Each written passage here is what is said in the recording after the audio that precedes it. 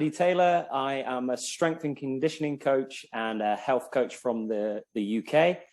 I work as a strength and conditioning coach in high school with young athletes from 11 to 18 years of age.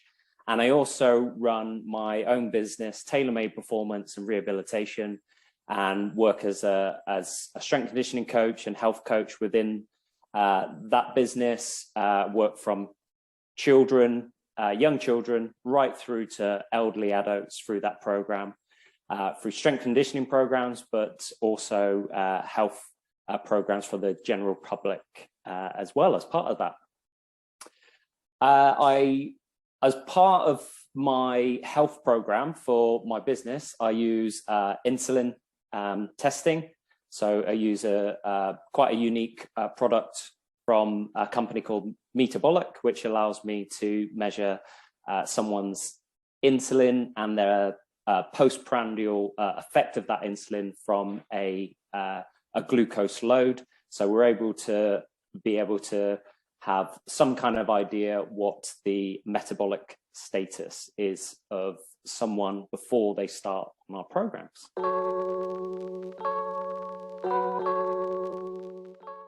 Yeah, sure. So metabolic syndrome or ill health is so prevalent within our population now, and insulin can pick up any problems of potential risk or future risk much earlier than, say, seeing it in a blood glucose sample. So what that allows us to do is to be able to provide a client with information that this is a potential risk. You are in this range, you are above the normal level. So therefore we can prescribe a lifestyle in terms of exercise and also the way that you eat that can help to bring that insulin level down and allow that person to not get to the stage where they either have to go on to medication and be able to prevent it rather than having to cure something.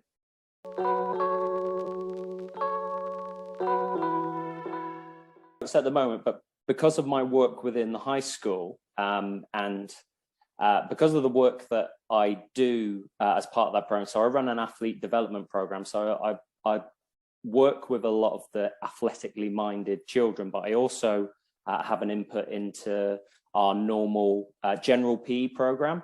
So what we're starting to see is that gap between, you know, those very active children and children that aren't kind of involved in sport, is that gap of health is getting wider and wider. So we want to be able to have some input into what they do, their activity levels, but also we're looking at potential projects to really understand what the state of health is of the children, and insulin testing could be part of that assessment that we're doing. Now we're doing some movement and cardiovascular assessments, but we also can potentially delve a little bit deeper and see what the prevalence of metabolic syndrome is, even at that early young stage, which you know, that there's enough evidence out there to kind of showcase that that's already happening in the population younger and younger.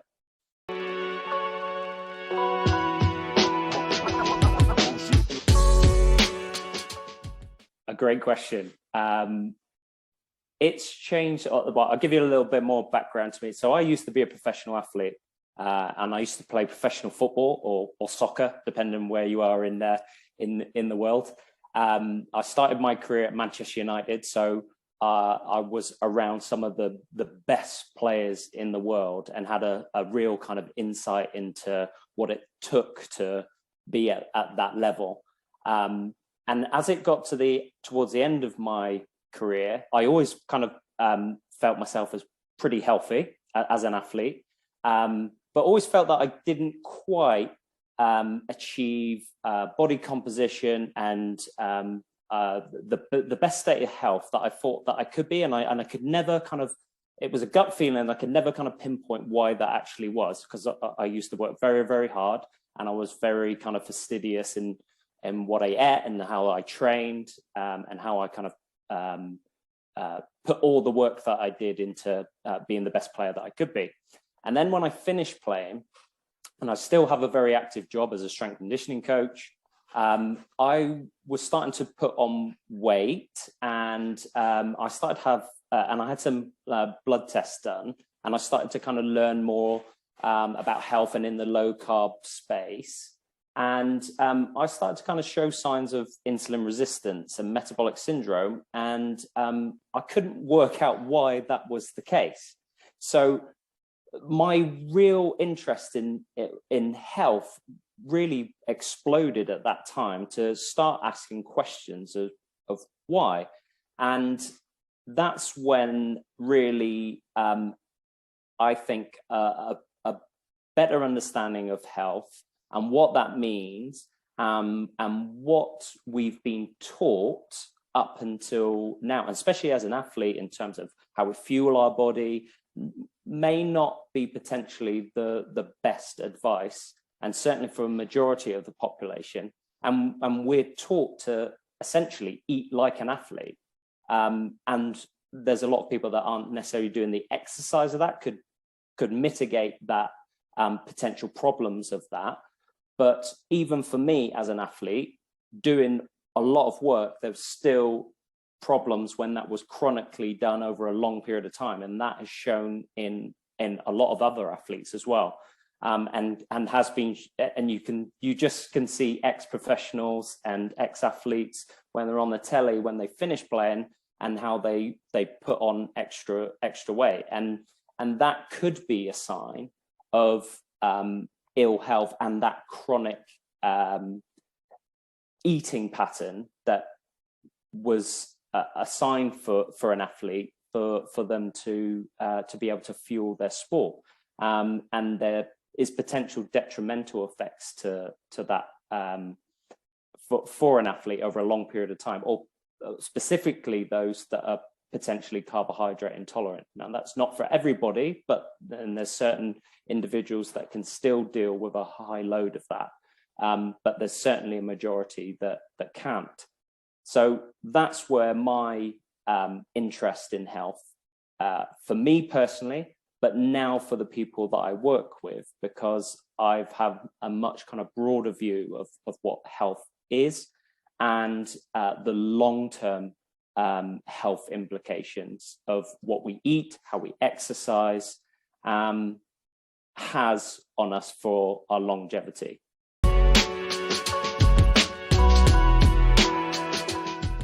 I feel that health, to me, is to be so full of life that everyone around me can feel it. And that's mentally, physically, emotionally, spiritually, that everyone around kind of has a benefit to that. So not just for me, but, you know, my children, my wife, the people that I engage with, my clients, my local community, they have a benefit of me being my best self.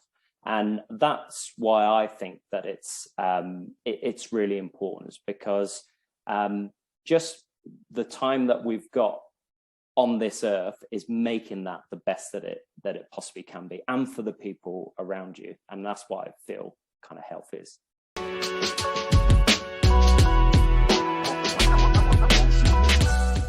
Run through like a little bit of things that I've built into my routine. I think the first one is walking. I love to walk, especially early in the morning, when it's very calm and quiet, before even, you know, my household are up and awake, and going out and enjoying a walk.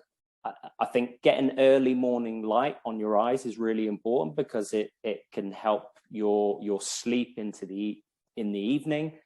So it helps in that. This kind of forward movement as things are going past your eyes kind of helps cognition. So it kind of gets you in the sense of being ready for the day, and ready for those kind of tasks that you've got ahead for the day. So in terms of kind of preparation for the day, also as part of that, having some kind of grateful rehearsal that you have.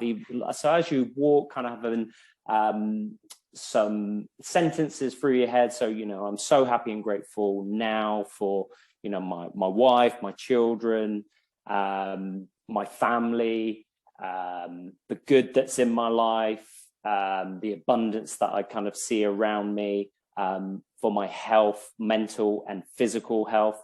And being able to rehearse those kind of daily kind of help to set your intentions for what you want your day to look like, but what you want your kind of life to look like, and having a positive outlook for the day.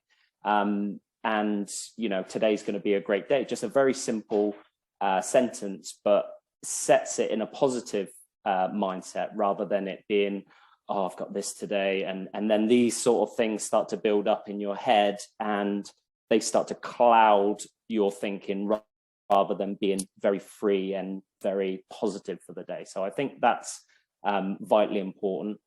Hydration, I put a pinch of salt in my water in the morning after the kind of overnight fast. So again, that helps kind of ionic flow of the brain. So again, just putting the brain in a good space to be able to prepare for the day. Delaying caffeine for at least an hour and a half to 2 hours, because that kind of suppresses adenosine and that build up for sleepiness at the end of the day. If we have that too early in the day, then that causes us to kind of have a crash in that mid-afternoon time. So if we just push that out a little bit, that can be really helpful. And the same in regards to having something to eat in the morning. So just being a little bit more in a fasted state. So you've had the overnight, but just pushing breakfast back a little bit.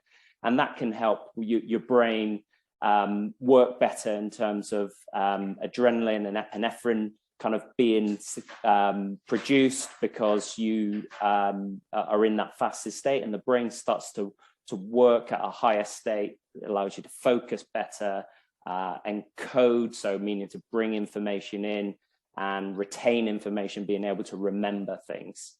And then we've got into trying to have some kind of physical preparation for the day, and what we actually eat as well. So starting some kind of strength program, and depending on where you are, use what you have and do what you can. Muscle is the organ of longevity. So being able to build some type of program into your day, and it doesn't have to be very long, something very short that has a push, a pull exercise, and a leg exercise in there.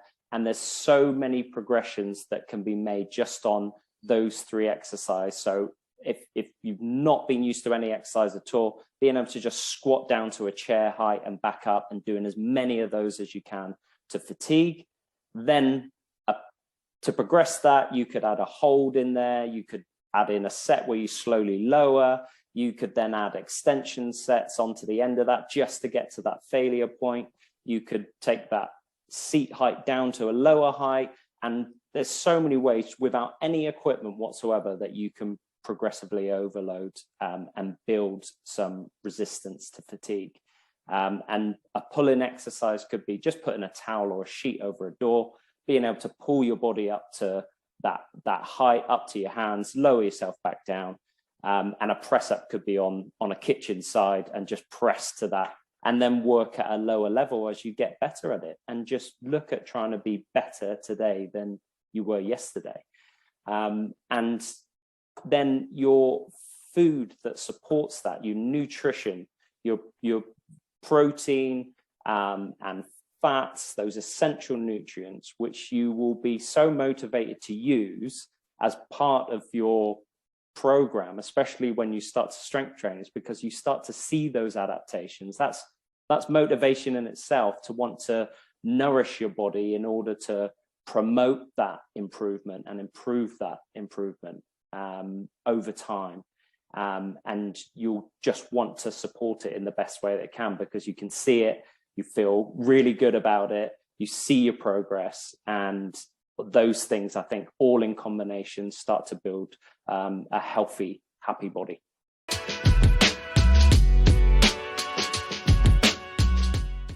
No, I would be very simple. I mean, my son sometimes comes, and he's only 7, so he comes for a walk with me in the morning. They're usually up quite early, and we have a little dog now, so we've got a really good excuse to walk, and they like to take a bit of ownership and look after the dog as well. So they come for a walk, and just to have a positive conversation with them on that walk is really great for me and for them, just to have that time to be able to do that and set them up for the day. So I think that works really well. They do a group session with a group of their friends on a Wednesday, so they do the strength and resistance work, so they're starting to build those sorts of things into their daily life. They obviously eat the way that we do, because we eat the same as a family. So yeah, I don't think there's anything different in there that I would change at any age. That would be important to kind of have a positive start to the day. I think certainly having some positive sentences to kind of lead into your day is vitally important for children as well, especially with the many scenarios that they have to endure at school with their peers and things like that, and it being a very confusing time. So being very kind of set in your mind of how you want your day to look. There is another tool actually called segment intending. So wouldn't it be nice to have a really good morning this morning? Wouldn't it be nice to sit down and have a great conversation with my friends? Wouldn't it be nice? And just going through that process before the day begins of wouldn't it be nice if, you'll be really surprised at how those things start to come to fruition and actually happen. And it's something really cool to try and surprise yourself of, oh, that actually happened. Oh, I said that. Oh, that actually came true. So I think those things are really important as a positive start to the day to actually almost tell yourself how you want your day to be. And you'll be surprised at how much that actually turns out.